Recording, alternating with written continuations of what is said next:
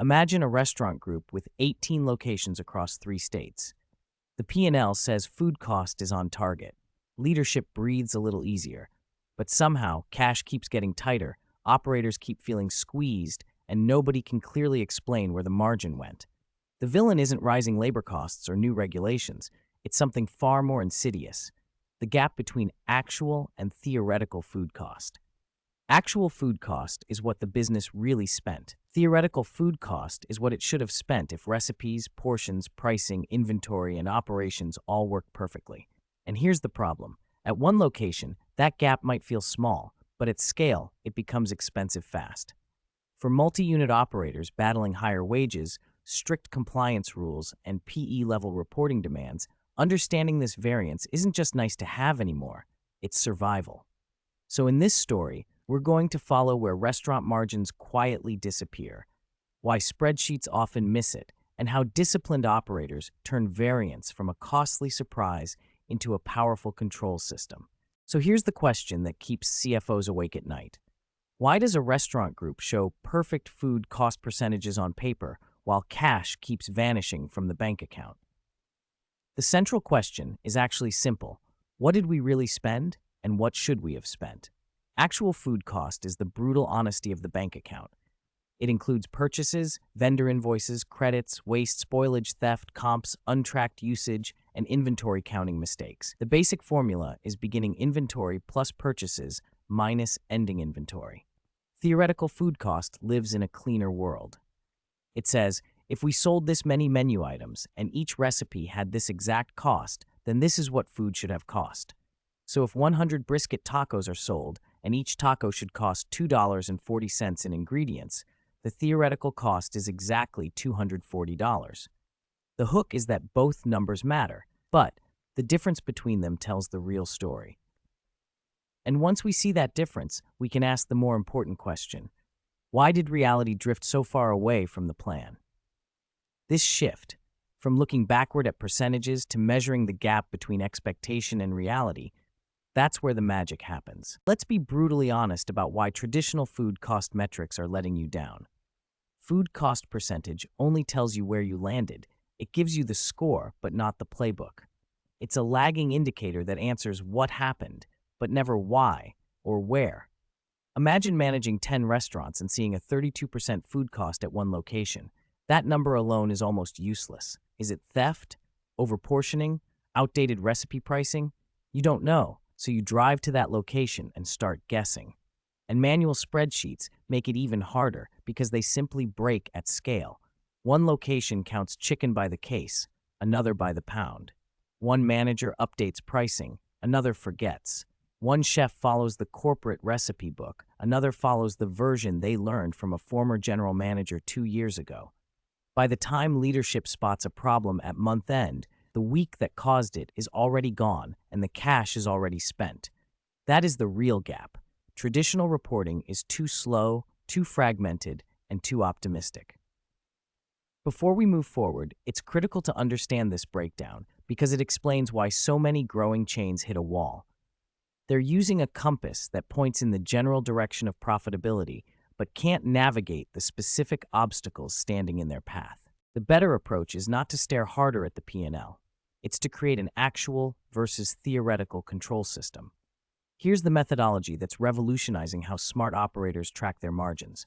First, lock recipes and yields centrally, so every location is expected to make the same menu item the same way, no improvisation. Second, connect POS sales to recipe costs, so every taco, bowl, burger, or entree sold automatically generates a theoretical ingredient cost. Third, keep vendor pricing current, ideally through invoice integration, because a recipe using last month's chicken price is not a reliable benchmark. Fourth, tighten inventory discipline with weekly cycle counts, clear receiving procedures, and separation of duties so that the numbers entering your system actually reflect reality. Then compare actual cost to theoretical cost using a simple formula. Actual food cost minus theoretical food cost equals variance. Divide that variance by theoretical cost to see the variance percentage. The beauty of this methodology is that it transforms food cost from a mysterious black box into a transparent operating system you can actually manage. It's not about blame, it's about diagnosis. And when that weekly rhythm exists, leaders can stop guessing and start managing by exception. That changes everything. Our research uncovered 5 specific execution gaps that create devastating variance, and the data is sobering.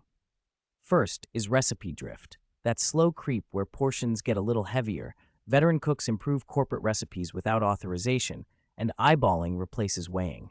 6 months later, you're giving away 30% more product and wondering why costs exploded. Second, inventory breakdowns, where rushed counts, incorrect units of measure, and receiving without proper verification compound into phantom numbers that make your data completely meaningless. Third, vendor price whiplash. Your recipes still say chicken is $3.20 per pound, but it's been $3.85 for 6 weeks, so your variance looks terrible, even though kitchen execution is actually perfect. Fourth, waste and spoilage from bad forecasting, poor FIFO rotation, outdated par levels that were set during opening week and never revisited, and walk-in cooler issues quietly converting purchased food into expensive trash. And fifth, theft and shrinkage, the untracked comps, shared inventory access, overpouring, and unlogged staff meals that fly completely under the radar. The key finding is that variance almost never comes from one dramatic event. It comes from hundreds of tiny operational gaps. And when compounded across dozens of locations, these micro-failures can easily swing variance by hundreds of thousands or even millions of dollars. For a 25-unit brand doing $2.5 million per unit annually, just a 1% variance swing equals $625,000 in lost EBITDA. That's not noise. That's existential. Here's where our findings become incredibly practical for operators. Variance doesn't hit every restaurant type the same way, and understanding these differences is crucial for setting realistic targets. QSR operations with tight menus and high volume may run 1.5 to 3% variance. If you're above 3%, something is broken. Fast casual runs 2 to 4%. More customization, more complexity, more room for error. Full service operates at 3 to 5% due to larger menus and more prep touches, and multi-concept groups face the most moving parts and the widest range. But here's the breakthrough insight. Variance analysis lets you compare units objectively instead of by gut feeling. You can identify your best operators and reverse engineer their behaviors. You can protect margins during expansion instead of inheriting bad habits at every new opening. And the dollar impact is not theoretical. For a 25-unit brand doing $2.5 million per unit annually, a single 1% swing represents $625,000 per year. That is not noise. That is EBITDA. That is cash flow. That is expansion capital. Variance stops being an accounting cleanup metric and becomes a scaling tool. The pattern is crystal clear. Complexity creates variance, but the right systems can eliminate it almost entirely. So how do we solve this pervasive problem? The resolution is a fundamental shift in operating philosophy. The old way of monthly closes is like getting a speeding ticket in the mail 3 weeks after you were pulled over. It's too late to change your behavior. Weekly variance analysis exposes patterns early while you can still fix them.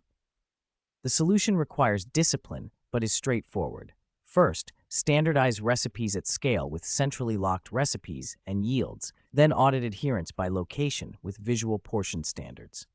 Second, tighten inventory discipline with weekly cycle counts on high-risk items, clear receiving procedures, and separation of duties. Third, align purchasing with reality by updating ingredient pricing automatically, flagging invoice anomalies, and enforcing approved vendor catalogs. And fourth, and this is critical, review variance weekly, not monthly.